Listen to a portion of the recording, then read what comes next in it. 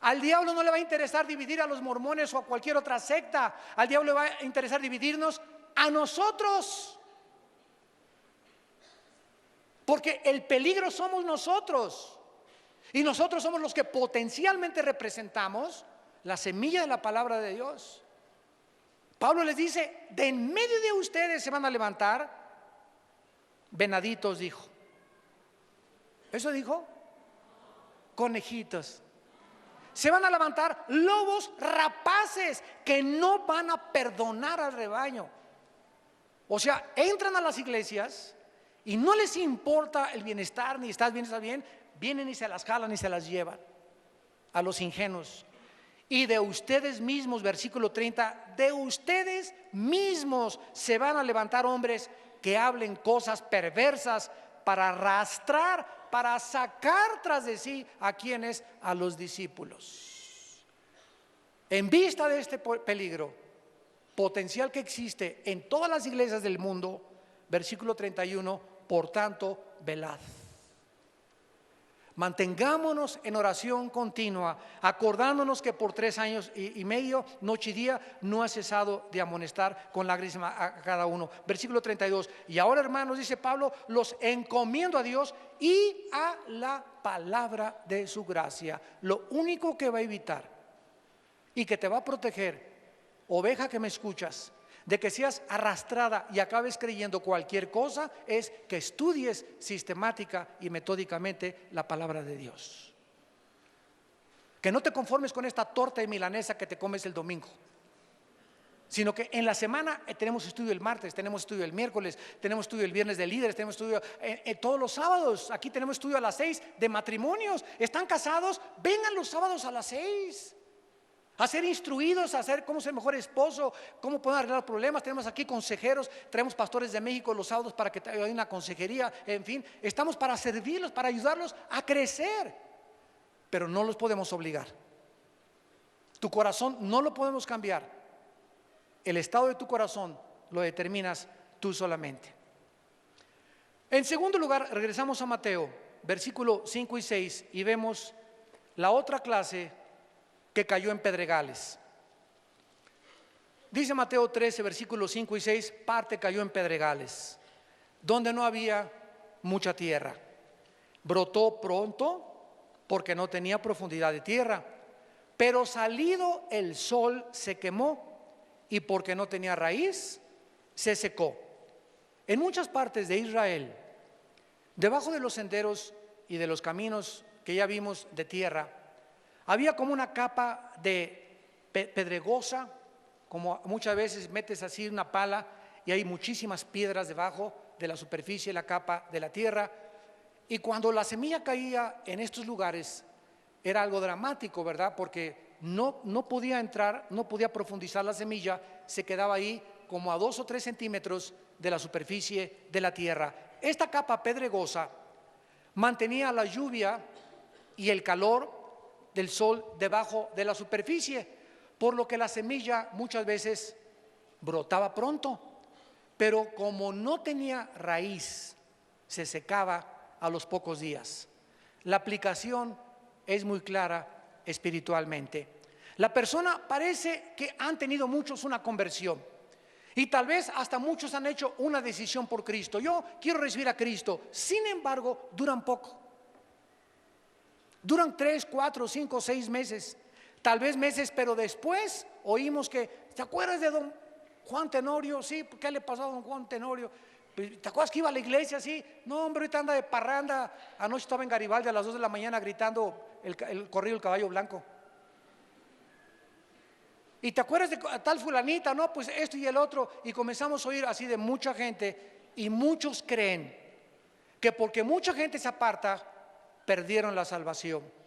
Y la Biblia no habla que la salvación se pueda perder. Todo lo contrario, nunca fueron salvos. Salieron de nosotros, primera de Juan 2, pero no eran de nosotros. Porque si hubieran sido de nosotros, hubieran permanecido con nosotros. De donde salieron para que se manifestara que no todos son de nosotros. La aplicación es clara. Esta persona, ¿verdad?, dura poco tiempo. ¿Y por qué fracasan estas personas? Nos lo dice el versículo 20 y 23 de Mateo 3. Versículo 20, el que fue sembrado en pedregales, Cristo lo está explicando, es el que oye la palabra y al momento la recibe con gozo. Pero, dice la Biblia, no tiene raíz, sino que es de corta duración, porque al venir la aflicción o la persecución por causa de la palabra, luego tropieza, o sea, en el corazón de estas personas, donde aparentemente están escuchando la palabra, hay piedritas u obstáculos que impiden que la palabra penetre hasta lo más profundo de su corazón para echar raíces. Dice en Lucas capítulo 6, versículo 49, el que oyó y no hizo es semejante al hombre que edificó su casa sobre la tierra sin fundamento, contra la cual el río dio con ímpetu y cayó, y fue grande la ruina de aquella casa. ¿Qué nos está diciendo el Señor? Bueno, nos habla a los maridos muchas veces y nos dice: maridos, Efesios 5, 22 en adelante, amen a vuestras mujeres como Cristo amó la iglesia. Ya oí el domingo este mensaje, ya fui a un seminario a Acapulco de matrimonios, ya sé cómo tratar a mi esposa, ya está la diferencia entre yo y mi esposa. Sin embargo, pasaron 3 o 4 meses y sigo siendo el mismo. Sigo maltratando a mi esposa, no ha cambiado mi personalidad, no ha cambiado mi manera de pensar, no ha cambiado mi perspectiva con mis hijos ni con mi familia, no ha cambiado la palabra mi vida. ¿Por qué? Porque no tengo raíz. Lo que hoy he oído no tuvo raíz nunca, porque no fui sincero de oírlo con todo mi corazón. Entonces, cuando vienen los ríos, cuando viene la persecución, cuando viene tu familia: ¿es cierto que eres cristiano? O en la escuela: ¿es cierto que eres cristiano? No, yo no soy cristiano. Cuando vinieron con Pedro: tú andabas con él. Yo, dijo Pedro, ni lo conozco a Jesús. Y comenzamos a seguir de lejos a Jesucristo y comenzamos a negarlo y comenzamos a creer que verdaderamente somos hijos de Dios. Estas personas inician su vida cristiana emocionalmente, pero no continúan alimentándose con la palabra ni cultivan el bendito hábito de asistir a la iglesia. Yo me he oído a cantidad de personas que me dicen: yo no necesito ir a la iglesia. Yo les llamo el llanero solitario o lobos esteparios, porque de acuerdo al patrón bíblico y de acuerdo a mi Biblia, yo no sé qué Biblia usen esas personas que me dicen eso. De acuerdo a este libro, en Hebreos capítulo 10, dice la Biblia claramente en el versículo 24 y 25 que no dejemos de reunirnos en la iglesia como algunos tienen por costumbre. Porque Dios diseñó que la iglesia fuera como un rebaño de ovejas. Vamos a entender esto: las ovejas son los únicos animales en toda la zoología que existe en el planeta Tierra que necesitan un pastor. Tú puedes ver chivos sin pastor, caballos sin pastor, yeguas sin pastor, toros sin pastor, vacas sin pastor, pero nunca verás en ninguna parte, ni en Metepec, ni en Lerma, ni en Xonacatlán de las Manzanas, ni en Guerrero, ni en Tepoztlán, ni en ninguna parte del mundo, un rebaño de ovejas que no tenga un pastor. ¿Por qué? Porque Dios quiere que crezcamos juntos. Es que yo no voy a la iglesia porque ahí está doña Gertrudis con la cara de cocodrilo que tiene. Es que la cara de cocodrilo que tiene doña Gertrudis forma parte de la gimnasia de tu entrenamiento para crecer.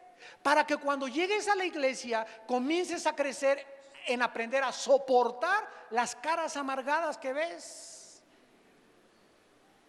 Y es que esa señora: en esta iglesia no hay amor. Pues vas a esa iglesia porque es el gimnasio de Dios, para que no busques amor, para que llegues a amar a alguien y no estés esperando a que alguien te ame. Aquí es precisamente lo difícil para crecer. Qué padre en mi casa, ¿verdad? O la iglesia virtual, que ahora el domingo mucha gente no viene a la iglesia, el domingo tiene su televisión y ven los predicadores, y yo ya fui a la iglesia, ¿verdad? Esas personas van a ser engañadas tarde o temprano, porque Dios quiere que crezcamos juntos, como una familia. que nos toleremos, que nos soportemos, que nos perdonemos. Continuamente en todas las iglesias hay fricciones. Si no hay fricciones, un coche cuando está parado, el aceite está totalmente, ¿verdad?, inmóvil. Y cuando comienza el carro a funcionar, el motor, comienzan los pistones a hacer este movimiento. Si no hubiera aceite en el motor, el carro se desvielaría, se rompería el motor, porque el aceite es lo que impide que se desviele el motor. En una iglesia dormida, en una iglesia donde no se ganan las almas, en una iglesia donde no está avanzando y siendo una luz en la comunidad, no hay ningún problema, ¿verdad? No hay nada, no hay fricciones. ¿Por qué? Porque no hay movimiento. Pero en una iglesia donde hay ministerios, edecanes y seguridad y evangelismo y desayunos y misiones, tiene que haber roces de unos con otros, porque ninguno somos querubines. Todos estamos aprendiendo de todos, todos estamos llenos de defectos, todos. En todos hay chismes, en todos hay problemas, en todos hay problemas de personalidad. Hay unos que me caen bien, unos que me caen mal, pero ahí es donde Dios quiere que yo crezca, para que desarrolle el carácter del Hijo de Dios. Y si no entendemos esto, es porque no hemos entendido lo que es una iglesia. Y por eso la semilla está en pedregales. Estas personas, dice la Biblia, que no soportan la persecución, no tiene la fuerza espiritual para resistir ni a la familia, ni a los amigos, ni las presiones del mundo. Una vez que recibimos la palabra, entiéndelo, entiéndelo, entiéndelo, vas a ser probado.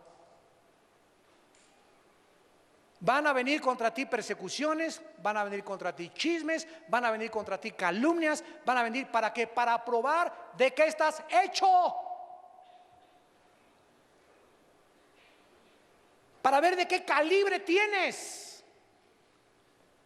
Porque si a las primeras se cambian, y ya no voy, y yo creí que era otra cosa, y yo creí que el cristianismo es esta cosa. Como decía Winston Churchill, el primer ministro de Inglaterra en la Segunda Guerra Mundial, al que no le guste el calor, que se salga de la cocina. Si tú crees que la iglesia es el paraíso, Reino Aventura y Cancún, te equivocas.